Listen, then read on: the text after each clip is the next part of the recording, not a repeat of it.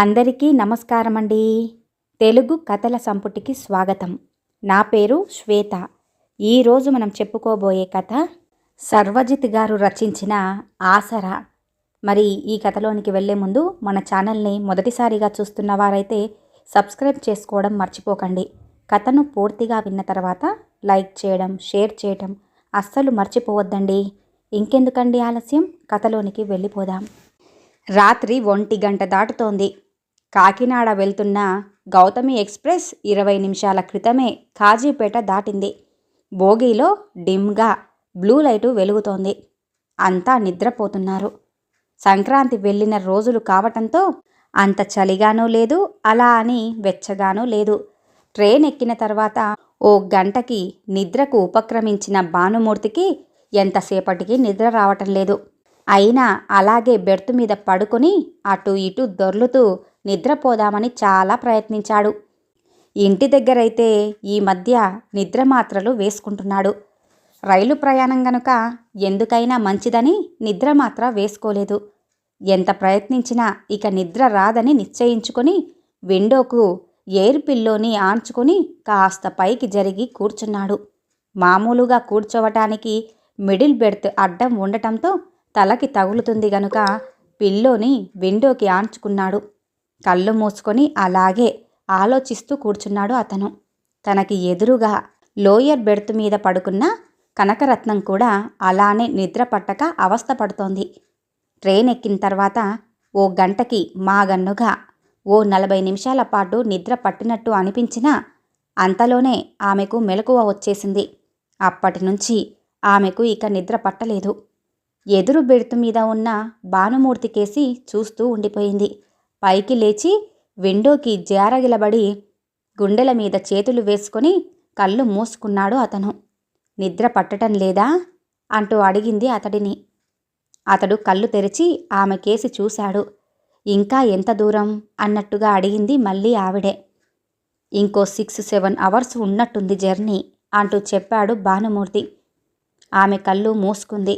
నిద్ర రావటం లేదు, కానీ ఆలోచనలు మాత్రం వస్తున్నాయి.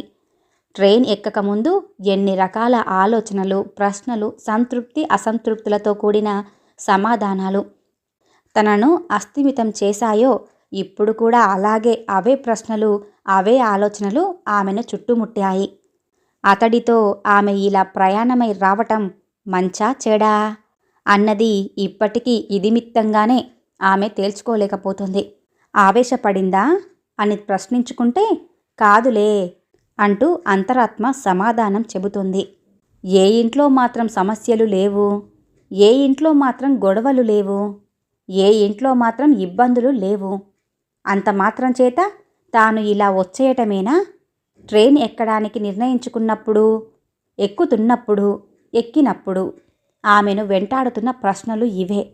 పదే పదే కళ్ళ ముందు కదలాడుతున్న ప్రశ్నలు ఇప్పుడు కూడా ఆమెను అస్థిమితం చేస్తున్నాయి.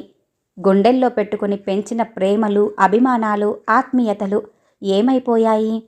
ఉద్యోగాలు రాగానే, పెళ్ళిళ్ళు కాగానే అవన్నీ మారిపోతాయా? మరుగున పడిపోతాయా? అయినా ఏ ఆర్థిక వెసులుబాటు లేకుండా కొడుకుల పంచన చేరటమంతా దురదృష్టమనేది జన్మలో బహుశా ఇంకా ఏదీ లేదనుకుంటాను. ఆస్తులు ఇచ్చిన వాళ్ళని మాత్రం ఈ కాలం పిల్లలు సరిగ్గా చూస్తున్నారా? ఎప్పుడు చస్తారా, ఎప్పుడెప్పుడు ఆ ఆస్తి తమ చేతికి వస్తుందా అని ఎదురు చూసే పిదపకాలం వచ్చేసింది. మనసులోనే తిట్టుకున్నది కనకరత్నం. తల తిప్పి పక్క బెర్త్ కేసి చూసింది. భానుమూర్తి అలాగే పడుకొని ఉన్నాడు. గుండెల మీద పెట్టుకున్న చేతివేళ్ళు దేనికో తాళం వేస్తున్నట్లుగా కదులుతున్నాయి. అతడు నిద్రపోవటం లేదన్న దానికి అదే సంకేతం. నిద్రపోవటం లేదు అనుకుందావిడ. తను అతడి మాదిరిగానే పైకి జేరగిలబడి కూర్చోవాలి అనుకుంది. కానీ లేవలేదు. అది బద్ధకం కాదు, ఒక రకమైన అస్థిమితం. అతడు ఆలోచిస్తున్నాడు, కానీ ఆ ప్రవాహంలో అతడు పెద్దగా సతమతం కావటం లేదు.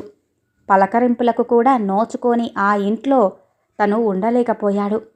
జీవితంలో అన్ని పద్ధతిగా నిర్వర్తించిన భానుమూర్తి గృహస్థాశ్రమ ధర్మాన్ని అనుకున్నట్లుగానే నిర్వర్తించి వార్ధక్యంలో అడుగుపెట్టిన తర్వాత ఎలా జీవించాలనుకున్నాడో అలా జీవించలేకపోతున్నాడు. అవసరానికి తగ్గట్టుగా కొన్ని సర్దుబాట్లను కూడా అలవాటు చేసుకున్నాడు. అయిన వాళ్ళకే తను ఒక గుదిబండగా తయారయ్యాడని తెలిసాక ఆ బాధ భరించలేకపోయాడు. సావిత్రి తన జీవిత భాగస్వామి. తన దారి తను చూసుకొని తనను ఒంటరివాడిని చేసి వదిలేసి పైకి వెళ్ళిపోయింది. అది చాలా సునాయాసంగా, 1 గంట కూడా ఆసుపత్రిలో లేకుండా, ఎవ్వరి చేత ఏ చాకిరీ చేయించుకోకుండా. దానికి కార్డియాక్ అరెస్ట్ అని పేరు పెట్టారు డాక్టర్లు.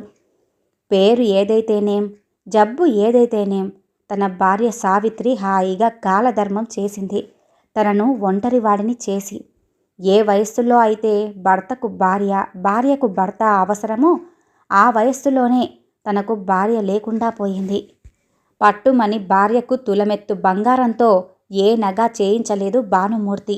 ఒక్కగానొక్క కొడుకు భవిష్యత్తు కోసం, అతడు కోరుకున్న చదువు కోసం, మధ్యతరగతి జీవితంలో మందహాసం నింపుకుంటూ డొనేషన్లు కట్టి చదివించాడు భానుమూర్తి కొడుకుని. కొడుకు అరవింద్ చదువులో ఎప్పుడు ఫస్ట్ కానే కాదు. ఎలాగోలా బీటెక్ అయిపోయింది అనిపించుకున్నాడు. ఇప్పుడు హైదరాబాదులో సాఫ్ట్వేర్ ఉద్యోగి. 40,000 రూపాయల జీతంతో దర్జాగానే బతుకుతున్నాడు. కొడుకు ముచ్చట పడ్డాడని కట్నాలు కానుకలు ఏవీ పుచ్చుకోకుండానే, ఏవీ పట్టించుకోకుండానే అతడు కోరిన అమ్మాయి హైమావతితోనే పెళ్లి చేశాడు. కానీ తనకంటూ ఒక గూడును మాత్రం ఏర్పాటు చేసుకోలేకపోయాడు భానుమూర్తి. నిజాయితీగా పాఠాలు చెప్పడమే తప్ప ఆ సంపాదన ఈ సంపాదన అంటూ ఏమీ వెనకేసుకోలేకపోయాడు. అతడు నికార్సైన పెన్షన్ జీవి. 6 ఏళ్ల క్రిందట భార్య సావిత్రి తనను ఒంటరిని చేసి వెళ్ళిపోవటంతో కొన్నాళ్ళు చెయ్యి కాల్చుకున్నాడు. ఎన్నాళ్ళిలా అవస్థపడతావు, హాయిగా కొడుకు దగ్గరికి వెళ్ళిపోరాదు అంటూ అన్నారు ఊర్లో వాళ్ళు కొందరు. ఏరా, నాన్న అవస్థపడుతున్నాడు, నీ దగ్గర ఉంచుకోరాదు అని కొడుకు అరవింద్ని కూడా అడిగిన వాళ్ళు ఉన్నారు. రమ్మంటూనే ఉన్నాను, ఆయనే రానంటున్నాడు అని అరవింద్ చెప్పిన సందర్భాలు కూడా ఉన్నాయి. కానీ అతడు తమతో రమ్మని తండ్రిని అడిగిందీ లేదు, రానని భానుమూర్తి అన్నదీ లేదు. వాళ్ళ దగ్గర వీళ్ళ దగ్గర కొడుకు చెప్పిన మాటలు విని భానుమూర్తి మాత్రం నవ్వుకున్నాడు. అలా ఓ 10 నెలలు గడిచాక ఓ రోజు కొడుకు కోడలు ఇద్దరూ వచ్చారు. ఇక్కడేం అవస్థపడతావు, వచ్చేయ్ నాన్న మా దగ్గరికి అన్నాడు అరవింద్. అప్పుడు కోడలు ముఖం కేసి చూశాడు భానుమూర్తి. ఆమె అభావంగా ఎటో చూస్తుంది. ఆమె ఏమైనా మాట్లాడుతుందోనని కొద్ది క్షణాలు ఎదురు చూశాడు భానుమూర్తి. ఆమె ఏమీ మాట్లాడలేదు. అసలు ఆ ప్రస్తావన, సందర్భం తనకి సంబంధించింది కాదు అన్నట్లుగా పేపర్ చూస్తూ కూర్చుంది ఆవిడ. చూద్దాంలే అన్నాడు భానుమూర్తి కొడుకుతో. అలా కాదు నాన్న, నిన్ను తీసుకెళ్దామనే వచ్చాం. ఇక్కడేమన్నా సర్దుబాట్లుంటే చేసేసి, ఎల్లుండి రాత్రికి టికెట్ బుక్ చేస్తాను అన్నాడు అరవింద్. అప్పుడు కూడా కోడలు హైమావతి ఏమీ మాట్లాడలేదు. ఆ రోజు అరవింద్ తన తండ్రి స్నేహితులకి, ఇరుగు పొరుగు వాళ్ళందరికీ కూడా చెప్పాడు నాన్నని తమతో పాటు తీసుకెళ్దామంటే రావటం లేదు అని. మీరైనా కాస్త చెప్పండి అని. అదేంటి భానుమూర్తి, కొడుకు అంతగా రమ్మంటే వెళ్ళనంటున్నావా? ఇక్కడేం ఉందని ఓ ఇల్లు కూడా కొనుక్కోలేకపోయావు నువ్వు. పొలాలు గట్రా ఉన్నాయా అంటే అవి లేవు. హాయిగా కొడుకు పిలుస్తుంటే అతని దగ్గరికి వెళ్ళి ఉండక ఏంటి నీ చాదస్తం అన్నారు వాళ్ళు వీళ్ళు. కొడుకు అంతగా చెబుతుంటే తను మాత్రం బెట్టు చేయటం ఎందుకు? నలుగురూ చెప్పినట్లే వాళ్ళ దగ్గరికి వెళ్ళి ఉండక అనుకున్నాడు భానుమూర్తి. వెళ్ళకూడదు అనుకోవటానికి అతడికి కారణాలేం కనిపించలేదు. సరే అనుకున్నాడు. 3వ నాడు ఇల్లు ఖాళీ చేసి పనికిరాని సామానంతా కావాలనుకున్న వాళ్లకు ఇచ్చేసి పరిమితమైన సామాను ట్రాన్స్పోర్టులో వేసి కొడుకుతో బయలుదేరాడు భానుమూర్తి. నాన్న, మన అపార్ట్మెంట్కి ఫర్లాంగు దూరంలోనే 2 పార్కులున్నాయి. సరదాగా పొద్దున పూట వాకింగ్కి వెళ్ళు, సాయంత్రం కూడా అలా వెళ్ళి కూర్చో, నీకు కాలక్షేపం అవుతుంది. హైమా కూడా ఉద్యోగం చేస్తుంది కదా, ఇంట్లో లోన్లీగా ఫీల్ అవుతావు అంటూ హైదరాబాద్ వెళ్ళిన 2వ రోజు కొడుకు అరవింద్ చెప్పాడు భానుమూర్తితో. కోడలు కూడా ఉద్యోగం చేస్తోందని అప్పటిదాకా అతడికి తెలీదు. ఆ విషయం తనకెందుకు చెప్పలేదని అతడేమీ తప్పుపట్టలేదు. పోనీలే, వేన్నీళ్లకు చన్నీళ్లు తోడు అన్నట్టుగా మంచిదే కదా అనుకున్నాడు. ఓ నెల రోజులు గడిచిపోయాయి. ఉదయం సాయంత్రం పార్కుకి వెళ్తున్నాడు వస్తున్నాడు భానుమూర్తి. అక్కడ తనలాంటి వారితో పరిచయాలు కూడా పెరిగాయి. కానీ ఇంట్లోనే అతడికి ఏదో తేడా కనిపిస్తోంది. ఈ నెల రోజుల్లో కోడలు హైమ తనతో నోరు విప్పి మాట్లాడిన క్షణాలేవీ అతడికి గుర్తులేవు. టైముకు కాఫీ టిఫిన్లు టీపాయ్ మీద పెట్టి వెళ్ళిపోతుంది ఆవిడ. ఎప్పుడూ ఆమె గదిలోనే కూర్చుంటుంది. మాటామంతి ఏదీ లేదు. పిల్లల్ని కూడా తన దగ్గరే కూర్చోబెట్టుకుంటుంది. వాళ్ళు తాత తాత అంటూ భానుమూర్తి దగ్గరికి చనువుగా వచ్చిన క్షణాలు లేవు. క్రమేణా కొడుకు కూడా మాటామంతి తగ్గించేశాడు. మాడిపోయిన కూరలు, ఉడికి ఉడకని బిరుసు అన్నం తప్ప హితవుగా పచ్చడి వగైరా ఏనాడు కనిపించేవి కావు. కొడుకు కోడలు పళ్ళు కూడా కొనుక్కొస్తుంటారు. కానీ ఏనాడు తనకి ఓ పండు పెట్టిన పాపాన పోలేదు. అలా అని భానుమూర్తి వాళ్ళ మీద పడి తినటం లేదు. తనకొస్తున్న పెన్షన్లో 10,000 తీసి కొడుక్కిస్తున్నాడు. మొదటిసారి ఇచ్చినప్పుడు అబ్బే వద్దు నాన్న ఉంచుకో నువ్వే అన్నాడు కొడుకు. కానీ భానుమూర్తే బలవంతం మీద చేతిలో పెడితే ఆనందంగా తీసుకున్నాడు అరవింద్. తర్వాత నుంచి అడిగి మరీ తీసుకోవటం మొదలెట్టాడు. ఓ రోజు ఇస్త్రీ కోసం ఉతికిన బట్టలు తీసుకెళ్లటానికి వచ్చాడు వాచ్మెన్. మనమంటే ఆఫీస్కి వెళ్ళే వాళ్ళం కదండి, ఐరన్ చేయించుకోక తప్పదు మరి. ఇంట్లో ఉండే వాళ్ళ బట్టలకి కూడా ఐరన్ చేయించాలా అంటూ భర్తని అడిగింది హైమావతి. ఆ మాటలు తనను ఉద్దేశించే అంటుంది కోడలు అని భానుమూర్తికి బాగానే అర్థమైంది. అరవింద్ ముఖం విసుగ్గా పెట్టాడు. అంతలో నా బట్టలు ఐరన్కి ఏం వద్దులేమ్మా అని భానుమూర్తి చెబుదామనుకుంటుండగానే హైమావతే అంది, పోనీలెండి, మన బట్టలతో మరో 4 బట్టలు ఐరన్ చేయిస్తే మించిపోయింది ఏమీ లేదు కదా అని. ఆ సమయంలో మౌనంగా ఉండటమే మంచిదని ఇంకేమీ మాట్లాడలేదు భానుమూర్తి. 6 నెలలు గడిచేసరికి భానుమూర్తికి బాగా అర్థమైంది ఆ ఇంట్లో తన పరిస్థితి ఏంటో. ఇక్కడికి వచ్చి తప్పు చేశానా అని మొదటిసారి తనను తాను ప్రశ్నించుకున్నాడు. కోడలు మాట్లాడదు, మనవలు తన దగ్గరికి రారు, కొడుకు ముభావంగా ఉంటాడు. తను దగ్గినా తుమ్మినా రోడ్లంట వద్దంటుంటే తిరుగుతావు, అలర్జీలు వస్తాయి అంటూ విసుక్కుంటాడు కొడుకు.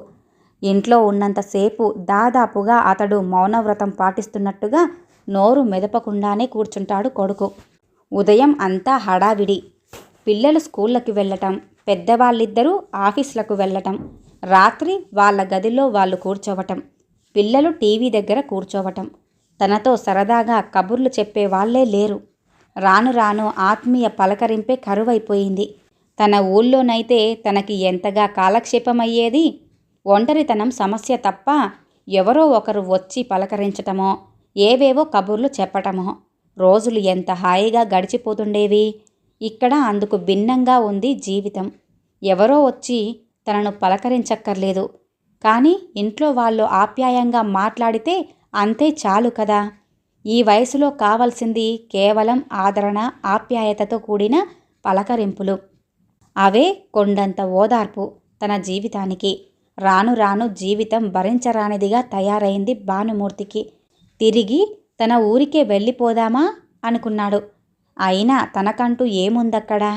తిరిగి అక్కడికి వెళ్ళడమంటే ఒక రకమైన అవమానమేగా. కొడుకు తన్ని తరిమేశాడనో, సర్దుకోలేక ఇతడే వచ్చేశాడనో, నలుగురు 4 మాటలు అంటూనే ఉంటారు అనుకున్నాడు ఆయన.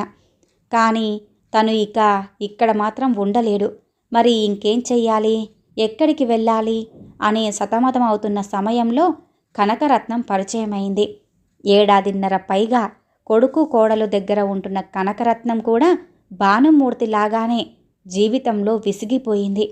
రాత్రి నిద్రకు మంచం మీద ఒరిగినప్పుడు మౌనంగా రోదించకుండా లేని క్షణాలు లేవు. రూపాయి ఆదాయం లేని ఆమె జీవితం పూర్తిగా కొడుకు మీదనే ఆధారపడింది. ప్రైవేటు ఉద్యోగం వెలగబెట్టిన భర్త శక్తికి మించిన ఆర్భాటాలకు పోయి రూపాయి కూడా కూడబెట్టలేదు. రేపు అనే భవిష్యత్తు గురించి ఏనాడూ ఆలోచించలేదు. పెద్ద కొడుకుని ఎంకామ్ చదివించాడు.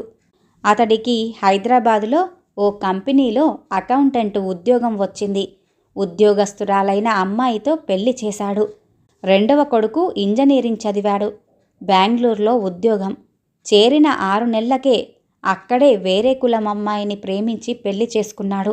మీ పేరెంట్స్ బాదరాబందీ మనకొద్దండి అని అతడి భార్య కండిషన్ పెట్టడంతో ఇక మీకు నాకు ఎటువంటి సంబంధం లేదని తల్లిదండ్రులతో తెగదెంపులు చేసుకున్నాడు చిన్న కొడుకు. పోనీ వేరే కులం అమ్మాయి అయితేనే సర్దుకుపోదామండి అనుకుంది కనకరత్నం. కానీ భర్త ససేమిరా అన్నాడు. నాకు ఒక్కడే కొడుకు అనుకుంటాను అన్నాడు. కరాఖండిగా చెప్పేశాడు. మరో ఏడాదికి ఉన్నట్లుండి భర్త జబ్బు పడ్డాడు. లివర్ దెబ్బతింది. వ్యాధి ముదిరిపోయింది అన్నారు డాక్టర్లు. వైద్యానికి దాదాపు 1,50,000 ఖర్చయింది. కానీ ఫలితం దక్కలేదు. కనకరత్నానికి ఏమీ మిగల్చకుండా ఒంటరిని చేసి వెళ్ళిపోయాడాయన. అప్పటి నుంచి ఆమె తన పెద్ద కొడుకు దగ్గరే ఉంటోంది. అక్కడికి వెళ్ళిన 15 రోజులకే తన స్థానం ఏమిటో ఆమెకు అర్థమైపోయింది. పని సరిగ్గా చేయటం లేదని, నాగాలు ఎక్కువగా పెట్టేస్తోందని, పైగా చేతివాటం కూడా ఉందని పని మనిషిని మాన్పించేసింది కోడలు. వేరే పని మనిషిని పెట్టుకుందామన్నాడు భర్త. 3 మనుషుల కోసం పని మనిషి ఎందుకండి దండగా అని దీర్ఘం తీస్తూ అత్తగారి కేసి చూసింది ఆ కోడలు. ఆ చూపు, ఆ దీర్ఘం కనకరత్నానికి బాగానే అర్థమయ్యాయి. అలా తల్లిగా కొడుకు ఇంటికి వచ్చిన నెల రోజులకే ఆ ఇంట పని మనిషిగా మారిపోయింది ఆవిడ. నిజానికి ఇంటి పని చెయ్యటం ఆమెకు ఏమంత కష్టమూ కాదు, చిన్నతనమూ కాదు. కానీ తన చేత లాఘవంగా పని చేయించుకుంటున్న కోడలి ధోరణే ఆమెకు రాను రాను బాధగా అనిపించసాగింది. రోజులు గడుస్తున్న కొద్దీ ఇంట్లో ఎదురవుతున్న అనుభవాలు ఆమె గుండెల్లో మంటలు రేపుతున్నాయి. కొడుకు, కోడలు, పిల్లలు బయటికి వెళ్తుంటారు. ఎక్కడికి వెళ్తారో చెప్పరు. ఎప్పుడొస్తారో కూడా చెప్పరు. వాళ్ళకి వంట చెయ్యాలో అక్కర్లేదో కూడా చెప్పరు. బయట ఏదైనా తిని వస్తారని వంట చెయ్యకపోతే అదో పెద్ద తంట. ఒకవేళ చేస్తే మర్నాడు తనే ఆ చద్దన్నం తినాల్సొచ్చేది. ఒక్కోసారి తనకి కూర కూడా ఉండదు. ఏ ఆవకాయ ముక్కో వేసుకొని కడుపు నింపుకుంటుంది. ఇలాంటివే ఎన్నో అవస్థలు. తన భర్త తరపున ఏ పెన్షను లేదు, ఏ ఆదాయమూ లేదు. నిరాధారంగా వచ్చి కొడుకు మీదనే ఆధారపడి బతకాల్సి వచ్చింది ఆవిడకి. ఆఖరికి గుడికి వెళ్ళి దేవుడి పళ్ళెంలో రూపాయి వేద్దామన్నా తన దగ్గర ఆ రూపాయి కూడా లేదు.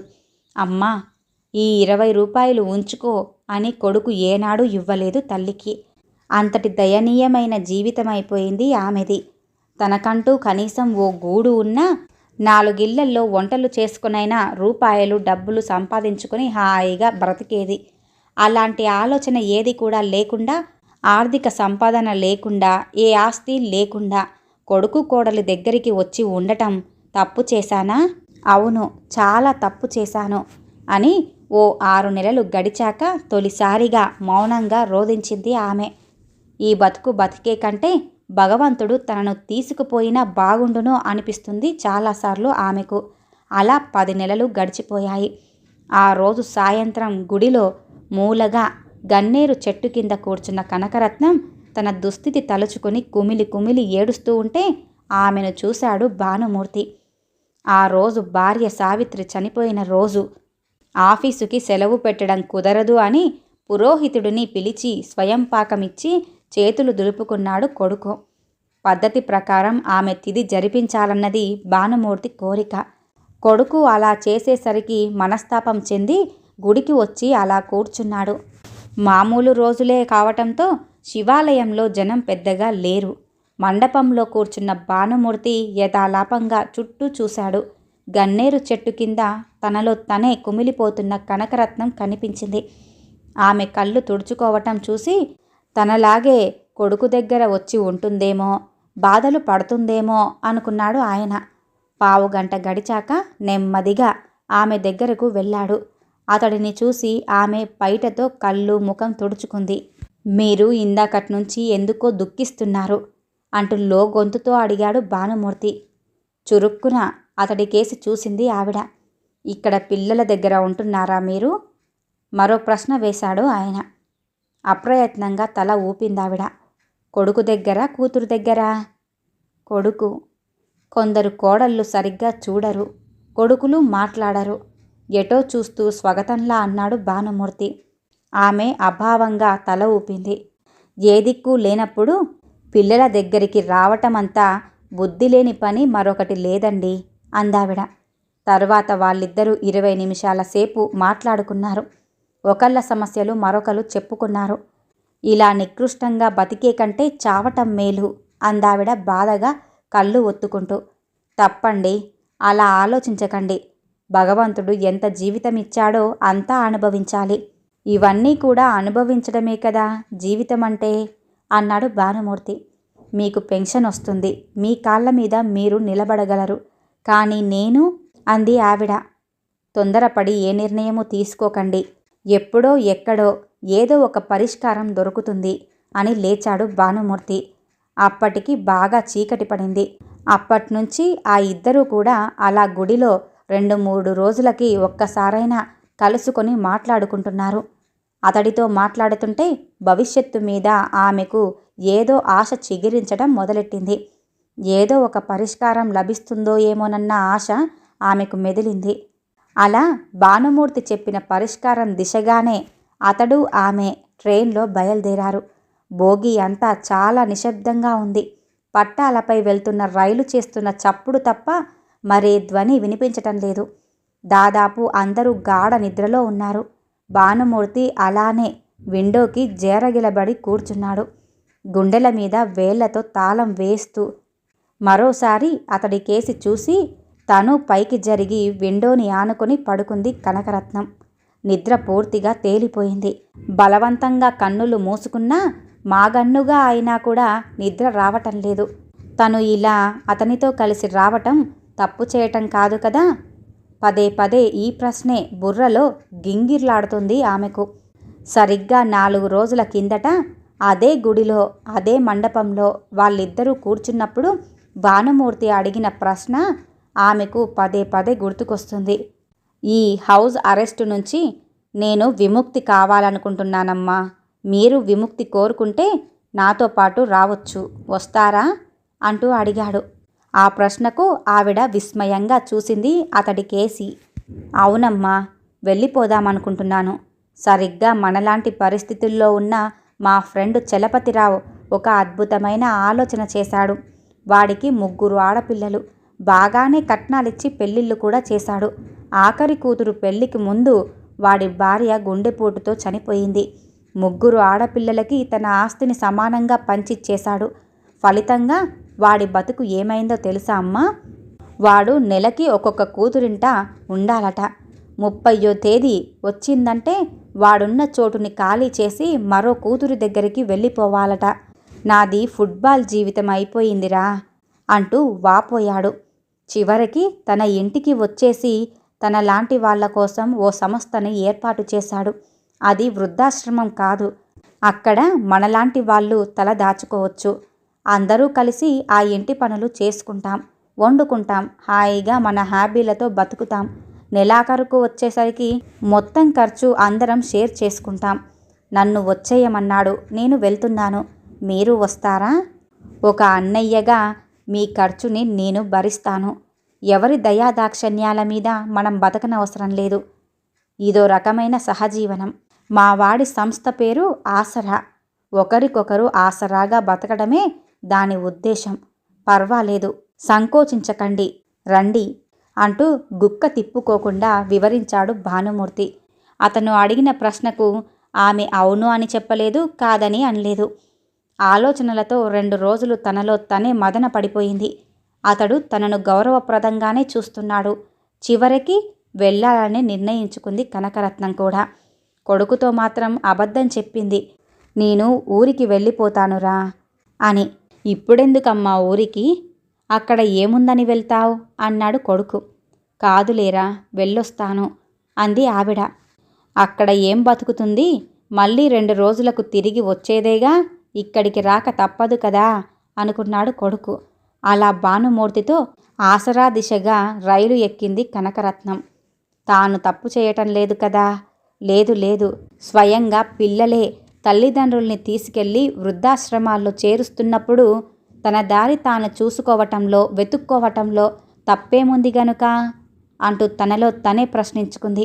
భానుమూర్తితో కేవలం ఓ 20 రోజుల పరిచయం అంతే. ఏదో ఆవేశంలో వచ్చేశానా, తొందరపడ్డానా అనే చిన్న అనుమానం ఆమె అంతరంతరాల్లో దొలిచేస్తోంది. ఉదయం 8ంటికి కాకినాడలో ఆగింది రైలు. ఇద్దరూ రైలు దిగి ఆటోలో బయలుదేరారు. 40 నిమిషాలు ప్రయాణించాక ఆ ఆటో ఒక ఇంటి ముందు ఆగింది. పాతకాలపు ఇల్లది. 2 గదుల హాలు, కిచెను. ఇంటికి ఉత్తరాన కొత్తగా వేసినట్లుగా ప్లాస్టిక్ రేకుల షెడ్డు. ఆటో ఆగగానే ఒక బక్కపల్చటి వ్యక్తి హడావిడిగా బయటికి వచ్చాడు. అతడే చలపతిరావు. భానుమూర్తికి షేక్ హ్యాండ్ ఇచ్చాడు. వినయంగా కనకరత్నానికి నమస్కరించాడు. అప్పుడు చూసింది ఆమె ఇంటి ముందు బోర్డుని. ఆసరా అని ఉంది దానిమీద. అమ్మా, ఇది నీ పుట్టిల్లనుకో. వీడు నీకు పెద్దన్నయ్య అయితే నేను చిన్నన్నయ్యని. ఇక్కడ నీకు ఏ చీకు ఏ చింత లేకుండా ఉండొచ్చమ్మా అన్నాడు చలపతిరావు వాళ్ళని లోపలికి ఆహ్వానిస్తూ. అతడి మాటల్లో ఆత్మీయత, ఏదో తెలియని సాంత్వన. ఆసరా అని మనసులో అనుకుంటూ లోపలికి నడిచింది ఆవిడ. ఈ కథ ఇంతటితో సమాప్తమండి. విన్నారుగా. ప్రేమగా చూసుకునేవారు లేక, పలకరించే దిక్కు లేక, కొడుకు ఇళ్లల్లో ఉండలేక వారిద్దరూ తీసుకున్న నిర్ణయమేమిటో. మరి ఈ కథ కనుక మీకు నచ్చినట్లయితే లైక్ చేయండి, షేర్ చేయండి, అలాగే సబ్స్క్రైబ్ చేసుకొని మన ఛానల్ని ఎంకరేజ్ చేయండి. మీ యొక్క విలువైన అభిప్రాయాలను కూడా కామెంట్ రూపంలో తెలియజేయండి. ఇంత మంచి కథను మనకు అందజేసిన సర్వజిత్ గారికి ధన్యవాదాలు తెలియజేసుకుంటున్నానండి. మరొక మంచి కథతో మళ్ళీ కలుద్దామండి. నమస్కారం.